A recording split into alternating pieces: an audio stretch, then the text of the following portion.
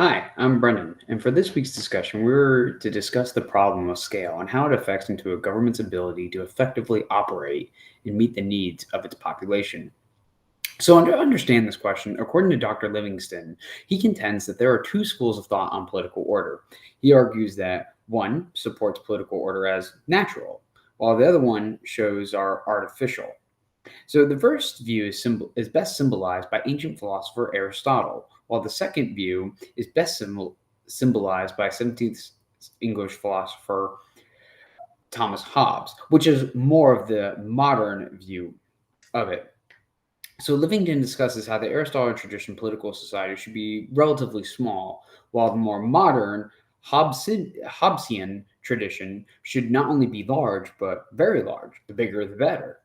So, to dissect what exactly this entails, Hobbes contends that without the structure of government, human beings would be in a state of anarchy, with everyone having total freedom to do whatever they want, whenever they wanted, which can be good, but there's nothing stopping people from doing whatever they want. So, if you have, I like your car, I can go ahead and kill you for your car. So, well, not always the best thing. So, in this, people would give up their absolute power or some of their freedom for there to be order. Now, it's important to note that this is not a single person or group of people that this power is being surrendered to. It's being specifically surrendered to the state, right, the office. So Hobbes himself says that introduction in Leviathan that the commonwealth or state is but an artificial man, and he defines his task as to that of describing the nature of this artificial man. So, what exactly does this mean for society? Is this not a good thing? Well, the answer is obviously yes. However, even with society, there can be too much of a good thing. How this works with scale, as the state grows, both in population and in landmass, it begins to diminish self-government. Dr. Livingston uses the Roman Republic as an example.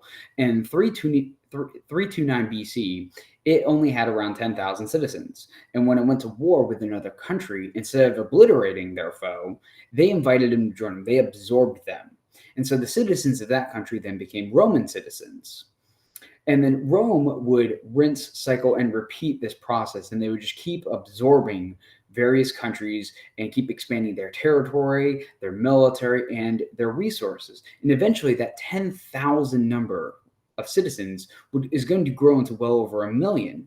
And so this scale is going to become too much to maintain. And Rome is going to be dive into an empire, and it's going to be plagued with corruption and tyranny and completely lacking the ability to self-govern.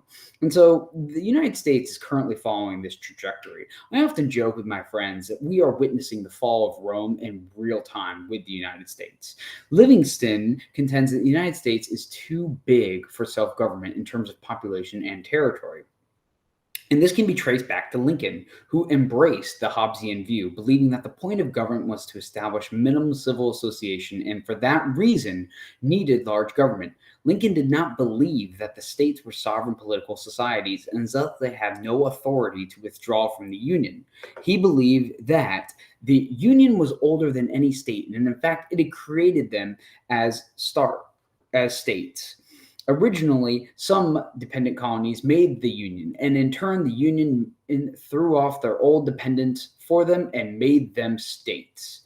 This is in direct contrast to Jefferson, who believed the Constitution was a compact between the sovereign states, creating a central government that was endowed only with enumerated powers that were to provide defense, regulate commerce, and make foreign treaties. Any power not expressly given to the central government would remain with the states. So when Lincoln took the armies of some states and invaded other states, essentially forcing them into the Union by gunpoint, this not only diminishes self-government, but also opens the door to corruption and tyranny. And even that in of itself can be traced even further back. Adam Seagrave writes that according to many scholars, prior to the Constitutional Convention and during the debates over ratification, James Madison viewed the state government as posing a greater threat to liberty than the proposed national government.